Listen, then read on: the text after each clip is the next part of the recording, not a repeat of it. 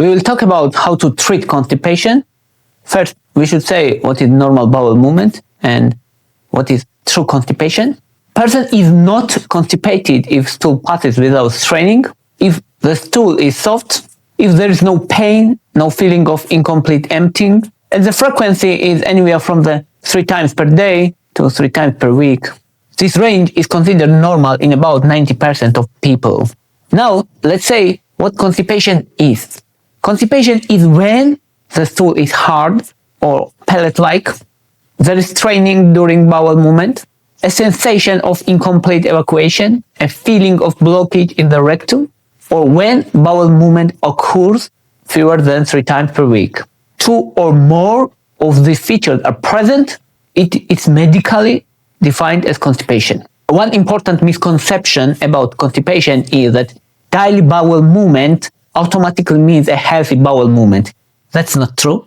Because a person may go every day and still be constipated if the stool is hard, if they strain, or if they never feel fully empty after defecation. This condition is called functional constipation. The most common cause of constipation is low physical activity, chronic dieting, aging, or hypothyroidism and certain medications. Sometimes chronic stress or ignoring the urge to defecate or dieting with repeated weight cycling.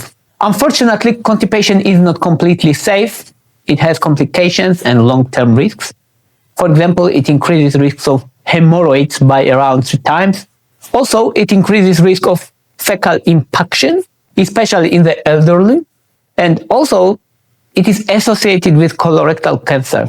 Constipation itself does not directly cause colorectal cancer, but it is associated with increased risk around 50%. Now let's talk about treatment. The first and most effective preparation to treat constipation is polyethylene glycol, which is also called macrogol. Its effectiveness is around 85%. It's very safe, very effective, can be used for years. Polyethylene glycol works by retaining water in the colon, softens the stool and makes it more bulky. That's why it is called osmotic laxative. Polyethylene glycol is safe even in elderly people and safe in patients with neurological disorders. If we say most effective and safe at the same time, that's polyethylene glycol. Polyethylene glycol usually comes in powder sachets, which should be dissolved in water and taken as solution. One sachet usually contains around 10 grams or more polyethylene glycol, and it is dissolved in 1 glass of water. Onset effect is usually within 12 hours. You can take up to 2 sachets per day, and when the stool becomes loose, and those should be reduced, the preferred time is in the morning or in the evening. The second most effective method is bowel training and behavior correction. It doesn't require medication, and it has highest effectiveness when combined with polyethylene glycol. The principle is very simple. The colon has a neural reflex called gastrocolic reflex, which becomes strongest after 30 minutes after eating, especially after breakfast. So don't ignore this reflex repeatedly, because when this signal is suppressed over time, constipation can develop. Sit on the toilet every day at the same time, preferably after a meal without straining. The third and most important effective way to reduce constipation is regular physical activity and exercise. Around 30 to 60% of people with constipation improve.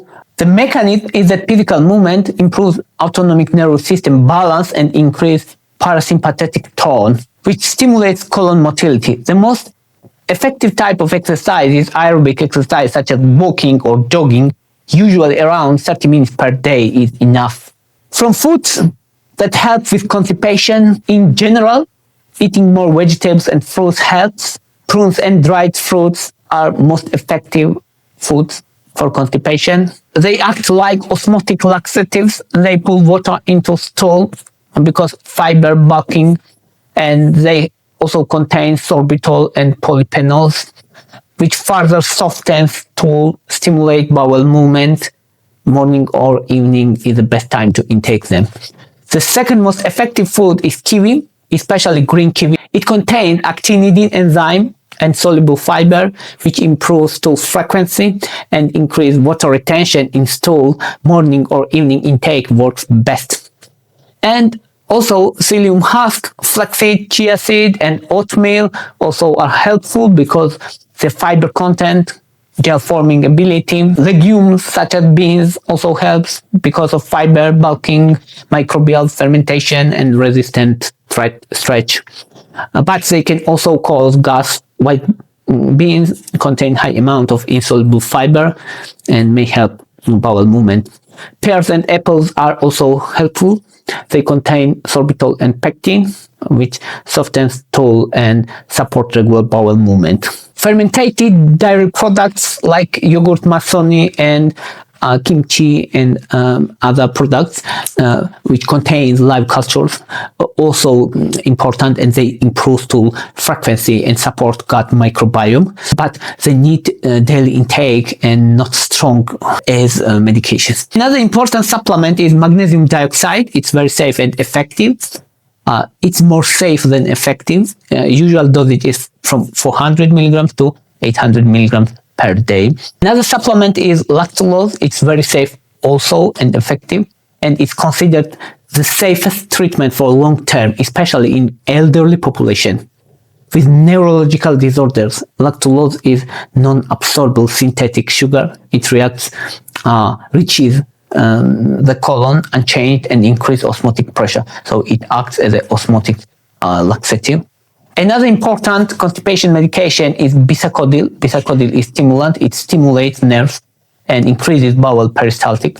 Unlike osmotic laxatives, bisacodyl acts on nerves, which has a faster and stronger effects, but it has limitations because it can cause dependency, it can cause cramps, and it can cause tolerance. It means that you need to intake more and more dosage to get same result. Another common medication is senna or senatine. It's natural, but it's also stimulant and it's also strong preparation. It's same class as bisacodyl. It's very effective actually, but and inexpensive and cheap. But it's not first line treatment because it can also cause dependence. It can also cause tolerance. And another common method is glycerin suppositories. It has high effectiveness. They consider rectal osmotic agents. They have also local stimulatory effect, and they are widely used for constipation. Also, psyllium is important, and bisacodyl suppositories also very high effect. They have high effectiveness, and they used when oral methods are not available or not effective, but they should be used intermittently. And sodium phosphate enemas are hyperosmotic rectal preparations. They are very effective, but they have a low safety. That's why you should do them rarely, and they are not recommended for routine use.